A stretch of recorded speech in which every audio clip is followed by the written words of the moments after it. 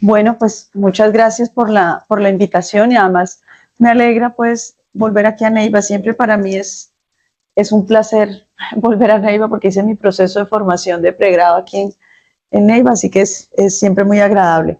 Eh, yo soy la líder de la unidad de oftalmología oncológica del Centro Médico en Banaco y hoy les voy a hablar algo sobre, yo creo que hace como 2 años que hicimos una presentación, hicimos como un abordaje de los pacientes en oncología ocular y hoy les voy a hablar específicamente de lecciones clave de casos que son inusuales en oncología ocular. Oncología ocular realmente es una especialidad rara que se necesita en un centro de referencia para poder tener un volumen necesario, porque realmente los casos de tumores oculares que puedan, digamos, involucrar el ojo de forma primaria o secundaria, es solamente el 1% de los tumores del resto del cuerpo, así que no es una patología muy frecuente que se necesita tener un sitio de referencia para poder tener un volumen necesario. Creo que aquí se inactivó. Esta es como cambiando sobre la presentación. Bueno, entonces digamos que entrando, este lo podemos poner como que no nos vaya a tapar ahí en minimizar, exacto. En 2013 empezamos el servicio de oftalmología oncológica, que es el primer servicio de oftalmología oncológica para el suroccidente colombiano, y se desarrolló en la clínica en Banaco, que es una clínica pues nivel 3, 4 de la ciudad. Cuando uno habla de cáncer realmente, y a veces cuando yo hablo de cáncer parecería que no fuera oftalmóloga, pero yo realmente sí soy oftalmóloga, y mi prioridad sin duda es que los pacientes puedan preservar la visión y probablemente tengan una visión, pero al final el primer objetivo terapéutico siempre es la vida del paciente, porque cuando uno habla de cáncer no solamente habla de una patología maligna que involucra al paciente en todas las esferas, sino que requiere indiscutiblemente de un equipo multidisciplinario. Y un equipo multidisciplinario no quiere decir solamente que hay varias especialidades que están involucradas, sino que requiere realmente un equipo que se pueda tener decisiones consensuadas, que garanticen la mejor, digamos, opción de tratamiento, sobre todo porque nosotros en el globo ocular, dependiendo de la estructura que tengamos comprometida, pues vamos a tener diferentes tipos de tumores que son malignos y tienen alto riesgo de metástasis. Por esa razón, digamos que en ese momento desarrollamos como 4 programas, y son los 4 programas pilares en oftalmología oncológica, que es el programa de retinoblastoma, el programa de melanoma de coroides y otros tumores intraoculares, el programa de segmento anterior y el programa de párpados, órbito y anexos. Retinoblastoma es la patología menos frecuente que nosotros vamos a tener porque es uno de cada 15.000 a 20.000 nacidos vivos. Y eso más o menos hace una proyección para la tasa de natalidad del país nuestro, aproximadamente 60 casos al año nuevos, que si somos 3 o 4 centros de referencia en el país, pues más o menos serían como 20 casos al año nuevos, así que realmente no es tan frecuente. Sin embargo, es el programa más importante porque es el que tiene más impacto sobre salud pública, porque son niños que si no se tratan en un tumor que es totalmente tratable, pues tienen alto riesgo de fallecer. El programa de melanoma de coroides, que también no es tan frecuente esta patología, es porque este tiene alto riesgo de metástasis, o sea, el retinoblastoma al paciente si no se trata fallece y el melanoma de coroides si no se trata también fallece. Lo que más tenemos es el programa de tumores, donde vamos a tener más casos, es el grupo de segmento anterior, donde están los otros tipos de tumores.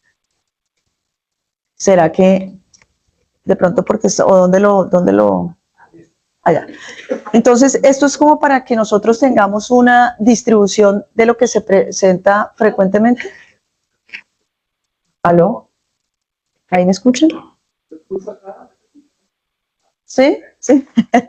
Bueno, entonces, digamos que la frecuencia de los pacientes, miren ustedes que la frecuencia de mayor paciente se presenta en los tumores de conjuntiva, después en los tumores intraoculares, donde está retinoblastoma y melanoma de coroides, y la tercera en frecuencia es la órbita y los párpados.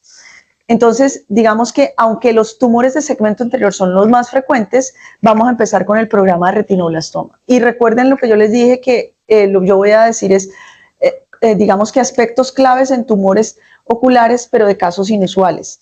Entonces, retinoblastoma, que es el tumor intraocular más frecuente en los niños y es el tercer tumor intraocular después de la metástasis y el melanoma de coroides, es un tumor que es uno de cada 15.000 a 20.000 nacidos vivos y el 90% de los niños lo presentan antes de los 3 años.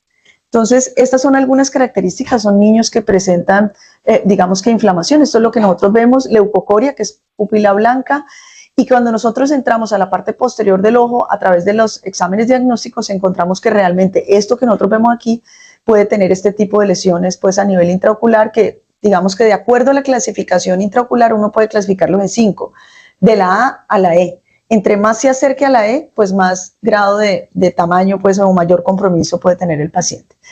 En general, esto es en general, los pacientes de retinoblastoma, el 50% se presentan con leucocoria, que es la pupila blanca.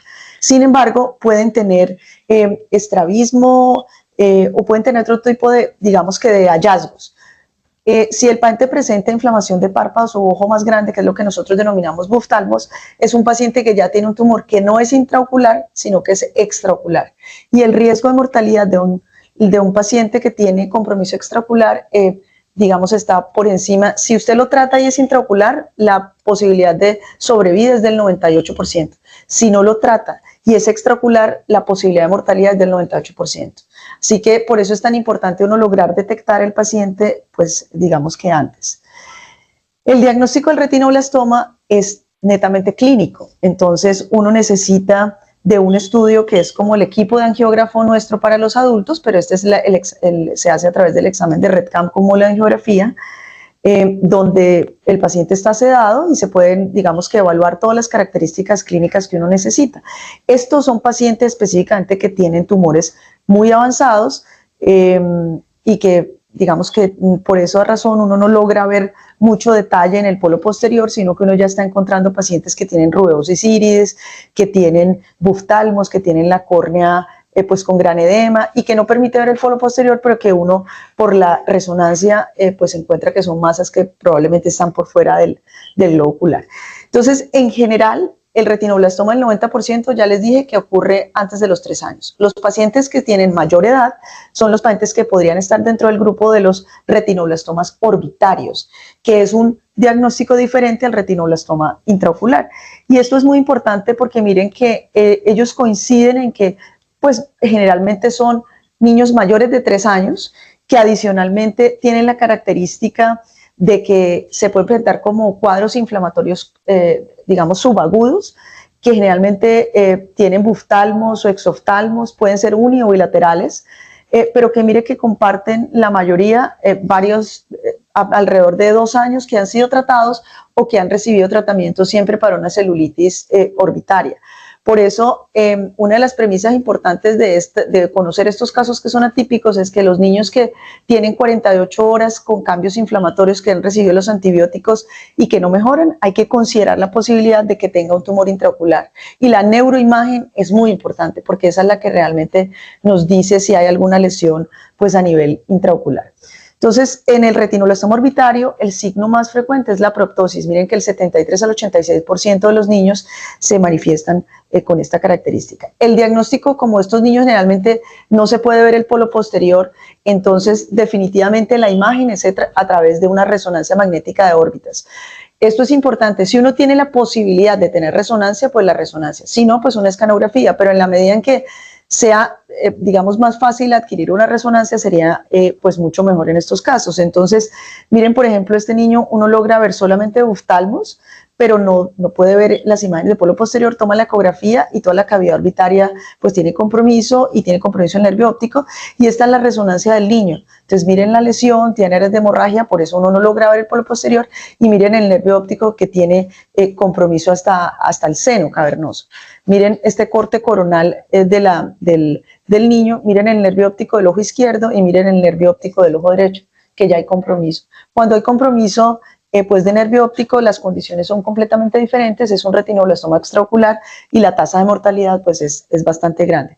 No es muy frecuente en todos los casos que nosotros tenemos en 14 años de retinoblastoma, solo tenemos alrededor de 9 casos de retinoblastoma orbitario, de los cuales solamente tenemos 1 vivo y el resto han fallecido, porque la tasa de mortalidad, a pesar del tratamiento que se denomina, digamos que se usa quimioterapia de altas dosis, con radioterapia, probablemente trasplante de médula ósea, pero a pesar de eso la tasa de mortalidad sigue siendo muy alta. Ese es el mismo niño que yo les mostré y que hace una diseminación leptomeningia y fallece el 25 de junio del 2021 después de más o menos 10 meses de tratamiento. Es como para mostrarles que efectivamente cuando el retinoblastoma sale del ojito, pues definitivamente la tasa de mortalidad es mucho más alta, y el concepto claro es que la mayoría se presentan por debajo de los 3 años. Sin embargo, si uno tiene un niño entre 0 a 6 años y tiene cambios inflamatorios, tiene oftalmos o cataratas o glaucoma, hay que considerar la posibilidad de que tuviera un tumor extraocular. Esto es como para mostrar eso, son 11 casos orbitarios y el 99% de mortalidad. Entonces, clave en retinoblastoma orbitario, es muy poco frecuente. Si el intraocular no es tan frecuente, pues el extraocular orbitario es menos frecuente. El motivo de consulta más frecuente es la celulitis orbitaria. Su edad de presentación es entre los 4 a los 6 años. El signo clínico característico es la proptosis o oftalmos, y el diagnóstico es clínico con neuroimagen, no con fondo de ojo. El tratamiento se denomina tratamiento multimodal porque se necesita quimioterapia de altas dosis con radioterapia o cirugía. Y la tasa de mortalidad, yo creo que se me salió de presentación, la tasa de mortalidad pues es bastante alta.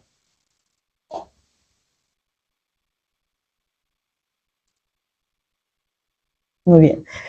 Miren lo que tiene que ver con las tasas de mortalidad, es 25 a 100% más que el retinoblastoma intraocular, y el riesgo de metástasis es 10 a 27 veces más frecuente que un retinoblastoma intraocular. Entonces, por eso es tan importante, pues, no desconocer esto.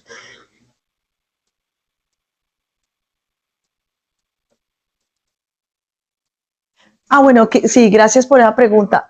Sí, gracias por la pregunta, porque la resonancia magnética de cerebro, los cortes están a 4 milímetros. El ojo nuestro mide de 22 a 24 milímetros, así que definitivamente los cortes deben ser a 1.5 milímetros. Y uno debe escribirlo. Entonces, resonancia magnética de órbitas con gadolinio, porque necesita contraste, cortes de 1.5 milímetros, y se puede hacer 1.5 o 3 teslas, que eso es como la mayoría de los resonadores tienen esas características. Pero lo más importante es mencionar los cortes y que tenga gadolinio. Pues eso es importante dentro de él. Bueno, lo otro entonces, si es raro el retinoblastoma orbitario, que podría presentarse hasta los 6 años de edad, es aún más raro tener retinoblastomas por encima de los 19, 20 años. Entonces, lo que quiero sensibilizarlos es que definitivamente uno debería considerar tumores después de que descarta infecciones o inflamación. La tercera posibilidad es que tenga un origen tumoral. Miren este caso, que es bastante interesante. Es una niña de 19 años que empieza a consultar por disminución de la agudeza visual, por ojo rojo y por depósitos retroqueráticos, como si estuviera desarrollando una uveitis. La ven en el 2023, tiene valoración por retina y uveitis.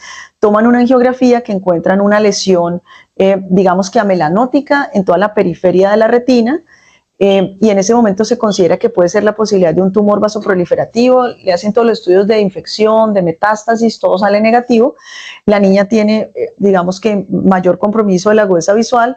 Le hacen tratamiento con antiangiogénico y crioterapia, y en junio del 2024 toman una ecografía que muestra que la masa persiste pues a nivel intraocular. Entonces, en octubre del 2024 es llevada a catarata porque pues ya tiene mayor opacidad, y encuentran una ecografía que sigue teniendo mayor tamaño. Ahí interconsultan a oftalmología oncológica. Cuando yo veo a la paciente, digamos que ya no se puede evaluar el polo posterior, sigue estando la masa.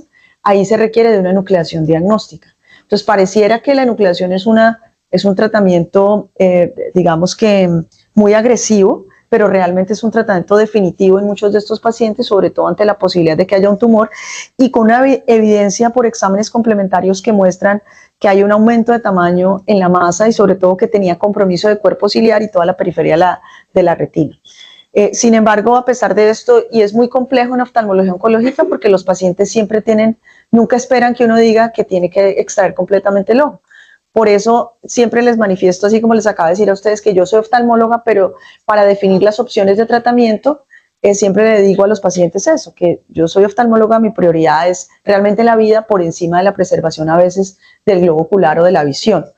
Y entonces ella no acepta pues el hecho de que le digamos que hay que hacer una enucleación diagnóstica. Entonces escucha un segundo concepto, le hacen en ese momento entonces ya va a cirugía de catarata, le hacen vitrectomía y le toman una biopsia pues de células, y encuentran células malignas, pero sin un reporte específico, porque uno no puede tomar pues la biopsia, el número de células que sacan para ese tipo de biopsia es muy pequeña. Entonces, con ese reporte, la paciente pues regresa, además tiene 19 años, es mujer, pues digamos que era muy agresivo pensar inicialmente en la nucleación, y cuando vuelve conmigo fue llevada a nucleación el 23 de diciembre del 2024 con un reporte de una patología que muestra un retinoblastoma con factor de riesgo histopatológicos positivos. ¿Qué quiere decir eso? Quiere decir que es un retinoblastoma intraocular. Les voy a mostrar algo bien interesante. Miren, esta es la resonancia de ella, que tenía un engrosamiento que no era muy notorio y tenía la lesión aquí, digamos, en el cuerpo ciliar, aquí. Entonces, estas son las imágenes de la UM con el compromiso de la masa. Entonces, pues se confirma que es un retinoblastoma, no es frecuente. Y factores de riesgo histopatológicos quiere decir que hay compromiso de esclera o coroides más de 3 milímetros. O sea que esta paciente, adicionalmente a la enucleación, necesita quimioterapia sistémica por 6 meses. Entonces es como la historia natural de cómo uno deja un tumor que sigue creciendo, que puede salirse pues, del ojo y ir a un retinoblastoma orbitario.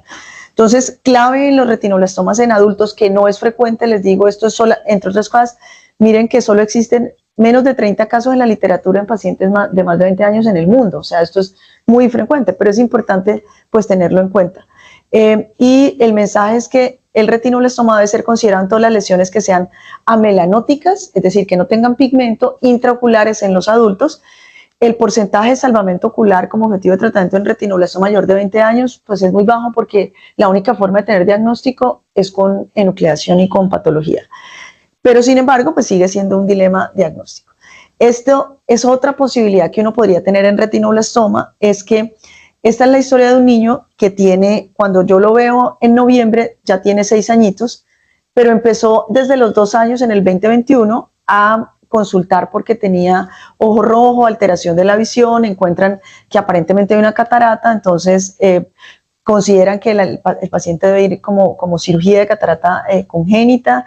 En el 2023 el paciente persiste con sintomatología, pérdida de la agudeza visual y empieza a tener buftalmos, y cuando lo remiten a oftalmología oncológica el niño tiene estas características. Entonces miren ustedes, tiene buftalmos, tiene digamos que una lesión que pareciera que desplazara la raíz del iris al lado nasal y como un aspecto quístico. Tomamos una ecografía y encontramos una lesión a nivel del cuerpo ciliar, y miren la resonancia tan bonita que muestra, digamos, esta imagen. Una de las posibilidades y el diagnóstico diferencial más importante en retinoblastoma se llama meduloepitelioma. Entonces, si el retino es raro, el meduloepitelioma es más raro. Lo que pasa es que la característica que tiene esto es que está ubicado en el cuerpo ciliar. O sea, que toda lesión a nivel de cuerpo ciliar, pues en un niño entre 0 a 6 debería considerarse un meduloepitelioma. Es un tumor muy raro que su diagnóstico suele ser tardío, porque para que crezca tiene que tener o catarata o que está retrolental, aparecer retrolental, y generalmente la manifestación más importante es glaucoma y catarata. Y la ayuda diagnóstica, pues digamos gold standard sería el UM. El tratamiento varía desde una enucleación hasta una crioterapia si uno lo tomara, si hiciera tratamiento temprano, pero en la mayoría de los casos pues el paciente está en estadio avanzado. Entonces, eso en cuanto a retinoblastoma, que son solamente los tumores intraoculares malignos en niños. En cuanto a los adultos, el melanoma de coroides, que les decía yo que es el segundo programa en oftalmología oncológica, el melanoma de coroides es como decir el tumor intraocular más frecuente en los adultos, parecido al retino, pero en adultos, que realmente nosotros no tenemos estadística nuestra. Yo en 15 años tengo alrededor de 150 pacientes de melanoma de coroides en adultos. Generalmente se presentan pacientes por encima de los 60 años que tengan ojos claros, piel blanca. Sin embargo, pues digamos que muchos de los pacientes de nosotros son como nosotros, pues, y tienen igual melanoma. Esto básicamente son características porque de esto se da en los pacientes caucásicos o europeos, por eso tienen digamos que esas características. El retinoblastoma puede clasificarse digamos, en melanomas de pequeño tamaño, melanomas de mediano tamaño o de gran tamaño, y de acuerdo al tamaño es el riesgo de metástasis. Entonces, entre más grande sea la lesión, el riesgo de metástasis es mayor. Y en general los pacientes se nos presentan en estadios avanzados, y ese estadio avanzado da un riesgo de metástasis de más o menos el 50% a pesar del diagnóstico y a pesar del tratamiento. Esto es lo que tiene más complicado con respecto, por ejemplo, al retinoblastoma. Uno tiene que, digamos, medir algunas características importantes como que toda lesión hiperpigmentada o melanótica en el polo posterior, pues uno tiene que definir si, como pensar en la posibilidad de una melanoma de pequeño tamaño, y por eso se usa esta mnemotecnia que se llama To Find Small Ocular Melanoma, que es como encontrar un melanoma de pequeño tamaño de acuerdo a la espesora, si hay presencia de líquidos, si el paciente tiene síntomas o no. Y el diámetro, pues de acuerdo también a la ecografía. Esto es un dato supremamente importante en melanoma de coroides. Por cada milímetro que aumente el espesor de un melanoma de coroides, aumenta el riesgo de metástasis en un 5 a 10% a 10 años.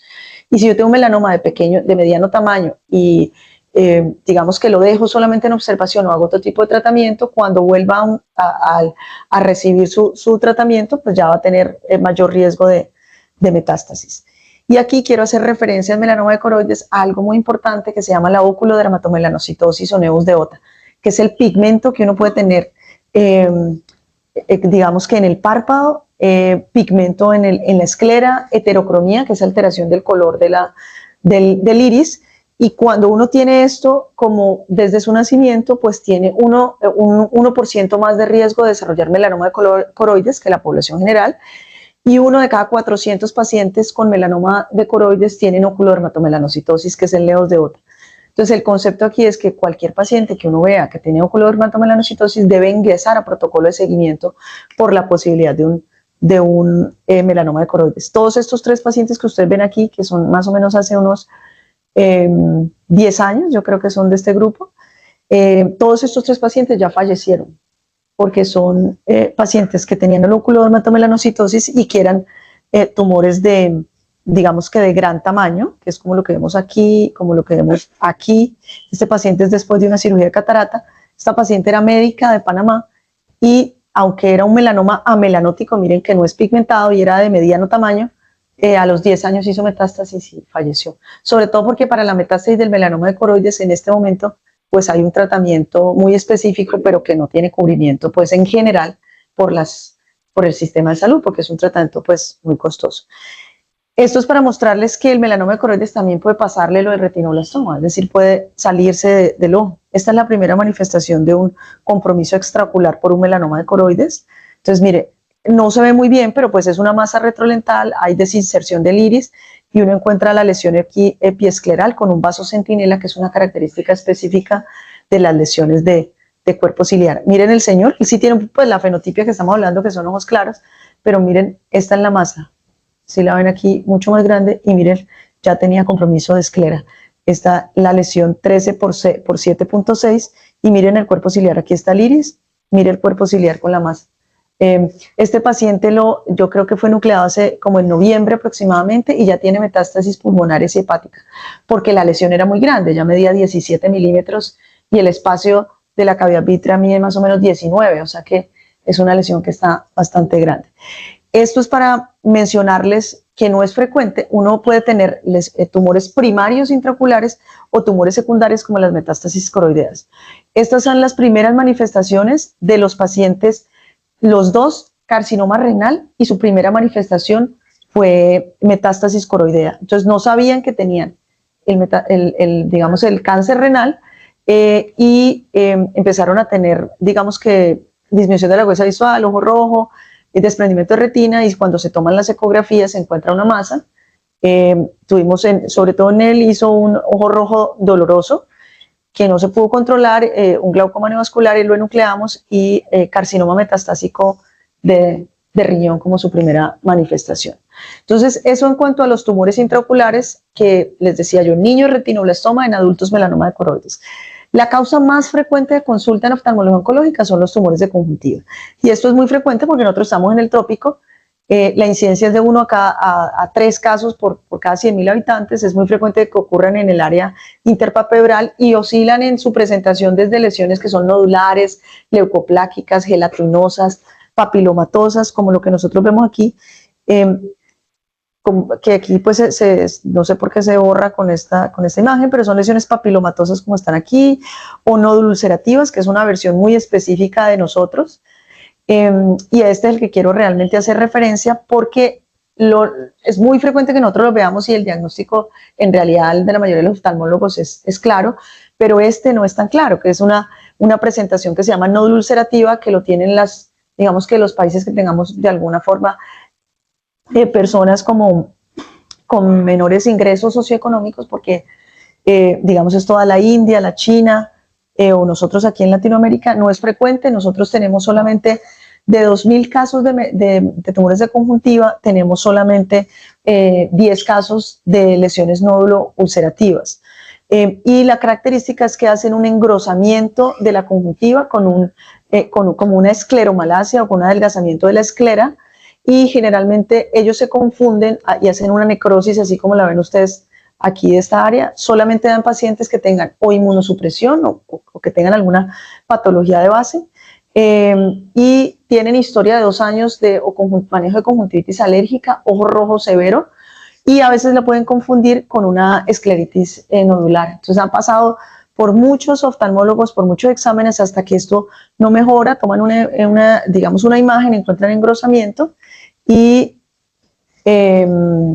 es realmente una neoplasia de superficie, pero pues digamos con una versión que es mucho más maligna, pero que adicionalmente este tipo de lesiones, la indicación ni siquiera es enucleación, sino exenteración orbitaria, porque ya hay compromiso de inserción de músculos. Entonces son pacientes, este es un estudio no nuestro, pero es un estudio de la India. Miren que ellos apenas reportaron 6 casos, pero la mayoría van a exenteraciones orbitarias pues como tratamiento. Este es otro paciente pero sí tenía VIH, con digamos que adelgazamiento escleral, con la lesión nodular, y por la UM se encuentra la misma lesión. Entonces eso en cuanto a tumores de superficie. En cuanto a otras posibilidades que uno...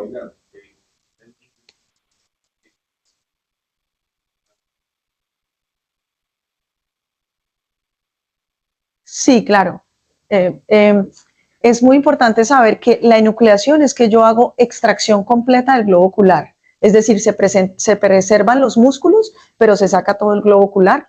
Y al final se preservan los párpados, se coloca un implante orbitario en cirugía y se coloca después una prótesis que es como el lente de contacto, digamos que como para su proceso de rehabilitación.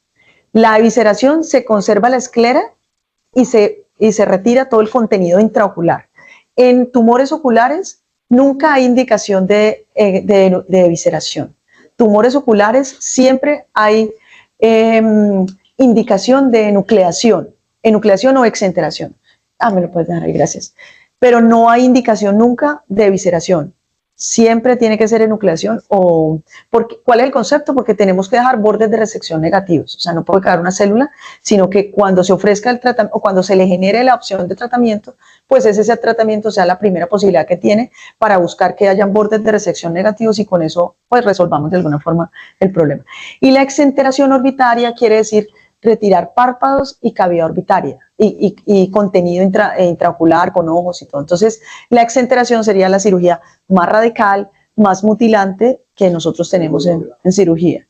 Sin embargo, ahorita les voy a mostrar, nosotros somos de los grupos que en Colombia probablemente hacemos más exenteraciones al mes. Entonces, al mes más o menos tenemos entre 3 y 4 exenteraciones por tumores, la mayoría de superficie ocular, como lo que ustedes vieron, nódulo ulcerativa. O sea, la mayoría por superficie, más que tumores intraoculares.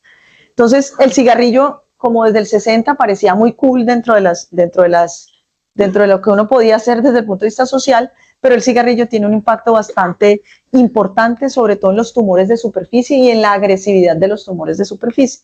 Pero hago referencia a esto porque ahorita hay una moda, digamos, social, que son los cigarrillos electrónicos o los vapos, ¿sí? Entonces, en los pacientes jóvenes. Entonces, ahora encontramos en los pacientes jóvenes lesiones con mayor compromiso en áreas que no eran normales, secundarias al vapo. Entonces, esto como para manifestar lo que para nosotros como oftalmólogos o como personas que estamos involucradas en la terapia o en el tratamiento visual de los pacientes, esto debe ser una pregunta importante y una forma de poder decirles que el vapo no es inocuo como los jóvenes pues lo consideran. Entonces, miren este paciente que era, digamos que, adicto al vapo, y las lesiones que, y las lesiones que eran esta que nosotros vimos acá, esta. que requiere cirugía y además de eso quimioterapia tópica. Bueno, me devolví, perdón. Entonces, esto era para decirles que no es frecuente, pero sí ya se debe incluir dentro de nuestra consulta de rutina la pregunta del uso del vapo y del cigarrillo, porque realmente es un factor importante. El melanoma de conjuntiva, que también hace parte de los tumores de superficie ocular, es una patología poco frecuente. Entonces, los voy a contextualizar más o menos para que nosotros sepamos. El 95% del melanoma, que son las lesiones pigmentadas que comprometen nuestro cuerpo humano, corresponde a melanoma de piel. El 2% corresponde a melanoma que puede comprometer el globo ocular. De ese 2%, el 95% pueden ser melanomas intraoculares, que es lo que vimos en los adultos dentro del ojo. Y solo el 1 al 2% son melanomas de conjuntiva, o sea que sería el 1 o 2% del 2% de todos los melanomas del cuerpo humano. No es una patología frecuente, pero sí es muy importante tenerla en cuenta porque esta es muy agresiva. Su vía de diseminación es muy diferente a la que es intraocular, porque el melanoma intraocular o el que vimos nosotros ahorita en los adultos tiene diseminación hematógena, o sea, su sitio de metástasis es pulmón o hígado. El melanoma de conjuntiva tiene diseminación linfática, o sea que ella se va a ganglios preauriculares, cuello y pulmón. Y la posibilidad de mortalidad de esto pues es mucho más alta, entonces por eso es tan importante detectarlo, es decir, lesiones pigmentadas en áreas no expuestas, fondos de saco, conjuntivas tarsales, carúncula, pues uno debe considerar la posibilidad de melanoma de conjuntiva. Miren, esta paciente tenía 10 años con un nevus que había consultado por 10 años a oftalmología y le dijeron eso es normal, pero la lesión digamos que va creciendo y está ubicada en el sitio donde no debe estar, que es fondos de saco y conjuntivas tarsales y carúncula. O sea, ya eso es sinónimo melanoma de conjuntiva. Entonces esto es noviembre del 2024. Miren ustedes, en ese momento la indicación por el nivel de compromiso es exenteración orbitaria y tiene 20/20. Obviamente la señora está joven, tiene 50 años, es una señora muy bonita, es un ojo que tiene visión, pero ella sabe, digamos que desde entrada se le dijo, esta es la posibilidad. Existen algunos estudios pues que dicen que el uso de pembrolizumab, que son, digamos, terapias sistémicas, podrían mejorar esa lesión. Entonces ella rechazó obviamente toda la opción de una exenteración orbitaria y se entró a este protocolo. Lleva un año de este tratamiento y miren ustedes, esto es enero del 2026. Miren las lesiones, están mucho más grandes. O sea, es un melanoma de conjuntiva que tiene tasa de crecimiento muy lento, pero que sin duda, bueno, para que nosotros lo hubiéramos, se me olvidó decirles eso, en noviembre del 2024 se hizo biopsia para confirmar que fuera un melanoma de conjuntiva. Efectivamente se confirma que es un melanoma de conjuntiva y el tratamiento por eso es una exenteración orbitaria. Ella no lo acepta, está en este tratamiento. En algún momento no teníamos tanta dificultad en el sistema y podía entrar a la institución nuestra. Ahora ya no puede entrar a la institución nuestra porque tiene estos problemas del sistema y su indicación sigue siendo exenteración orbitaria. Entonces, esto es para decirles que realmente es muy importante sensibilizarnos frente a la patología, porque esto crece y pues el riesgo de metástasis está. Entonces, aquí es solamente para decirles que en los tumores conjuntivales melanocíticos, o sea, los que son pigmentados, uno tiene el 23% que son buenos, que son los lunares o los nevus, unos malos que son la melanócitis adquirida primaria, que es como un pigmento que uno pudiese tener, y el 75% de ese pigmento irregular se puede volver a melanoma de conjuntiva, entonces por eso hay que tenerlo en cuenta. Y el muy malo es el melanoma de conjuntiva. Entonces, por eso es tan importante uno estar sensibilizado. Pigmento en área no expuesta es, digamos, pensar en la posibilidad de un melanoma de conjuntiva. Miren esta paciente, ella es mamá de una médica, entonces melanoma de conjuntiva, miren la lesión es irregular, con un pigmento que es heterogéneo, porque cuando uno tiene las lesiones, uno debe saber, el pigmento es homogéneo, es igual, tiene vasos que le nutren, tiene vasos intralesionales, tiene lesiones satelitales. La señora tenía todo esto. El melanoma de conjuntiva, cuando se detecta también temprano, pues se hace una cirugía que se llama la técnica no touch, que siempre es bordes de resección negativos, o sea, 3 o 4 milímetros, crioterapia, esclerectomía superficial, si hay compromiso digamos que de la córnea, entonces hacer queratectomía superficial y hacer reconstrucción con membrana amniótica y sobre todo la crioterapia.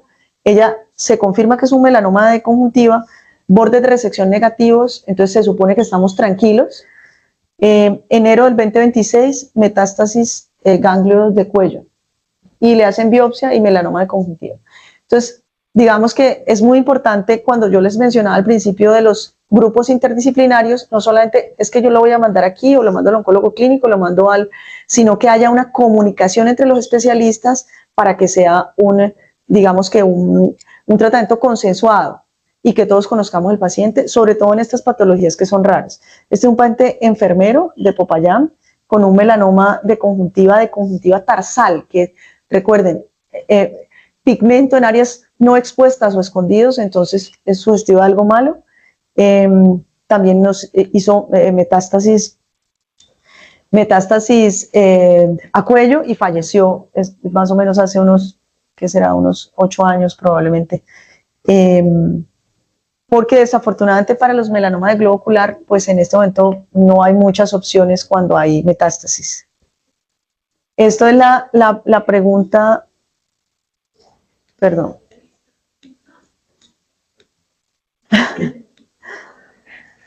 Entonces, bueno, esto es para sensibilizarlos frente a lo que realmente pasa en los melanomas. Miren lo que pasa en los melanomas. Y entonces la pregunta que me hacía el doctor de enucleación es extracción del ojo. Exenteración es, mire, exenteración es sacar todo el contenido orbitario, globo ocular y párpados. Y realmente, pues la mayoría de estos casos tienen indicación de exenteración. Esta es una paciente con melanoma de coroides. Son pacientes también de áreas rurales muy lejanas, pero adicionalmente que pues son ancianas, que vienen de muy lejos, que tienen menos posibilidades de acceder a los sistemas de salud. Las exenteraciones, doctora, ahorita hay una exenteración modificada que logramos preservar párpados y hacemos cierre. Entonces no hay que colocar ni injerto y a veces no se deja pues el área cruenta. Entonces tienen un mejor proceso de rehabilitación. Esta es una exenteración como la que dices, que se queda área cruenta. Este es un melanoma melanótico de conjuntiva en una paciente de raza negra. Este es un melanoma con una historia de 3 cirugías previas, pero tenía la característica de que estaba, lo que les digo, áreas no expuestas o carúncula. Ese es un factor de riesgo en melanoma de conjuntiva y crecen a este tamaño y esta es una exenteración ocular. Este es un melanoma de conjuntiva también, que también con metástasis. Y este es un melanoma de conjuntiva, pero que se detecta muy temprano, entonces se logra hacer una reconstrucción y pues una muy buena evolución. Entonces, miren, eso es caso inusual, melanoma de conjuntiva, 1% del 2% de los melanomas, así que pues para tenerlo en cuenta. En los tumores de conjuntiva también hay algo muy raro, pero ocurre, lo tengo de pacientes del Huila y de pacientes de Nariño. Se llama la disqueratosis intraepitelial hereditaria benigna. Se confunde muy frecuentemente con las neoplasias de superficie, miren, tan parecidos, es una lesión nodular, conjuntivo corneal, que tiene vasos nutricios, que tiene un aspecto pigmentado, pero esto es por la melanosis racial, pero básicamente es la expresión, la característica de esto es sí que tiene compromiso nasal y temporal, y generalmente puede ser bilateral o puede ser unilateral, pero la característica es que compromete la parte temporal y nasal de la superficie ocular. Hay que siempre revisar, esta paciente es de San José de Isnos, hay que siempre revisar el paladar duro de los pacientes porque eso mismo que está aquí en la superficie ocular está en el paladar duro y se asocia es con una mutación del gen 4Q35, se detectó primero en una tribu de los Estados Unidos, no sé la razón específica, pero no tengo ningún paciente de Cali, sino que son alrededor de unos 6 o 7 pacientes y son pacientes de Pasto y 3 de aquí del Huila. O sea que debe haber algo, pues digamos que debería hacerse dentro de los estudios. Que estaría dentro de los casos inusuales de los tumores de... Eso. Bueno, y aquí estamos en el programa de párpados o tumores de órbita, que son lo que nosotros sabemos frecuentemente es que los tumores de los párpados pues se pueden ubicar en el párpado superior, digamos en el canto lateral, que es el sitio más frecuente, en el tercio medio del párpado inferior y en el canto medio. Aquí hay que tener en cuenta que los tumores que tienen mayor riesgo y que tienen más posibilidad de agresividad son los tumores del canto medio, porque aquí tiene una comunicación muy rápida con carúncula, con el canto medio y con la pared medial de la órbita, y no son tan infrecuentes. Tienen otra, digamos que nosotros como oftalmólogos, aquí hay un área donde mucha gente toca esta área nuestra, ¿sí? Y el canto medio mucha gente lo toca, entonces los cirujanos plásticos, los dermatólogos o los cirujanos hasta a veces de cabeza y cuello.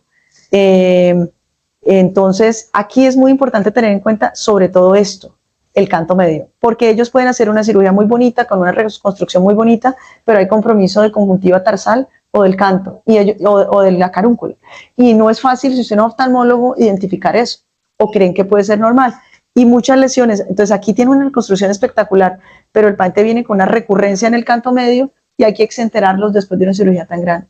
Entonces, por eso el concepto oncológico es tan importante, en el sentido en que el objetivo terapéutico siempre está pensándose en la vida del paciente y no en la preservación del globo ocular ni en la visión. Entonces, las cirugías reconstructivas son muy bonitas, sí, pero si usted le garantiza que esa cirugía va a evitar la posibilidad de recurrencia, es lo más importante y usted lo tiene que saber antes de definirle la opción desde el punto de vista terapéutico. Entonces, estos son los tumores que nosotros vemos frecuentemente, que seguramente ustedes ven aquí, son carcinomas vasocelulares, que es lo más frecuente, pero aquí lo que hay que tener en cuenta en estos carcinomas vasocelulares es esto, que son tumores que deben ser operados por oftalmología, pues oculoplástica o oncólogos, que pueden ser pigmentados, que pueden ser no pigmentados, pero miren, este por ejemplo es un paciente joven que ya tiene compromiso de órbita anterior, que hace retracción y un ectropión del párpado inferior. O sea, estas características son características que le dicen a uno que puede haber un compromiso orbitario. Miren este con compromiso ya del borde libre, conjuntivas tarsales y fondos de saco. Esto es lo que les digo de un paciente del canto medio. Entonces, miren, es una lesión grande, sí, es una lesión no ulcerativa, que usted la ve. Entonces esto, no, pues aquí le retiramos esta parte del párpado y hacemos la reconstrucción, pero miren la resonancia cómo está. O sea, esta es la parte normal, esta a la izquierda, miren, todo esto es tumor, todo esto es tumor, todo esto es tumor. Entonces, ¿qué es importante? Es sensibilizarnos sobre todo el canto medio, canto lateral, párpado superior y párpado inferior, pues digamos que es diferente, pero el canto medio tiene esa característica dentro de los tumores de párpado. Entonces, puntos claves en cada caso de tumores de párpado es dónde está localizado, o sea que lo que debería llamar como más la atención es que esté en canto medio. Si hay compromiso de borde libre y conjuntiva tarsal, pues pensar en la posibilidad de compromisos intraorbitarios. Compromiso de puntos lagrimales o compromisos intraorbitarios requieren de un manejo multidisciplinario pues en oftalmología. Esta es una paciente que la presenté hace unos 3 años, yo creo, en un congreso de oftalmología oncológica, y este es un paciente de Neiva. Tenía una historia más o menos de 2 años de aparición de una lesión en el canto externo. 25 años, entonces le hacen una primera cirugía y entonces la primera cirugía puede ser un chalacio, ¿no? Entonces no lo llevan a patología. A los 5 meses aparece nuevamente la lesión, entonces lo llevan a patología y el reporte de patología mostró un histiocitoma fibroso benigno. Entonces le dijeron, digamos que eso es normal. A la tercera recurrencia, un mes después, lo refieren a oncología ocular. Entonces, cuando lo refieren a oncología ocular, yo encuentro a esta paciente, 25 años, con esta lesión nódulo ulcerativa que comprometía todo el canto externo. Miren, esto fue antes de la cirugía, y esto era un tumor fibroso maligno, que es como un sarcoma, pues digamos que de la piel, que adicionalmente requiere dentro de su proceso radioterapia, digamos, complementaria o adyuvante para evitar la posibilidad de recurrencias. Estas son pacientes también de lesiones de canto externo, lesión de canto externo. Miren cómo pueden crecer. Esto ya tiene compromiso intraorbitario y la indicación es exenteración orbitaria. No es enucleación, no es resección local, sino exenteraciones orbitales. Entonces, esto es lo inusual en oncología ocular. Digamos, aquí hay un brochazo muy rápido de los casos que no son tan frecuentes, pero que sí es importante sensibilizarnos. Yo al principio de la charla creo que olvidé decir eso, es que no, pues yo nunca tengo un interés comercial cuando presento todos estos casos que realmente son muy agresivos, pero sí tengo un gran interés en que nosotros nos podamos sensibilizar frente a patologías que son raras.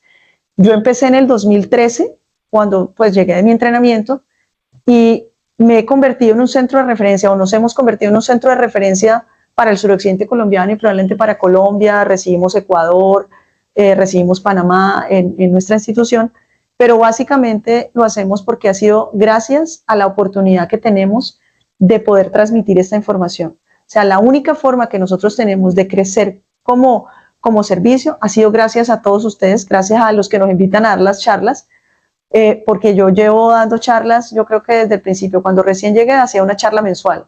Ahora pues doy charlas en otros escenarios, pero sí creo que esto es muy importante porque la única forma de sensibilizarse es a través de las imágenes y por lo menos de tener claridad en que no solamente las patologías pueden ser infecciosas o inflamatorias, que es lo que a uno siempre le buscan, sino que la tercera posibilidad, que es infrecuente, es la parte tumoral y hay que estar sensibilizados pues frente a eso. Muchas gracias por su atención.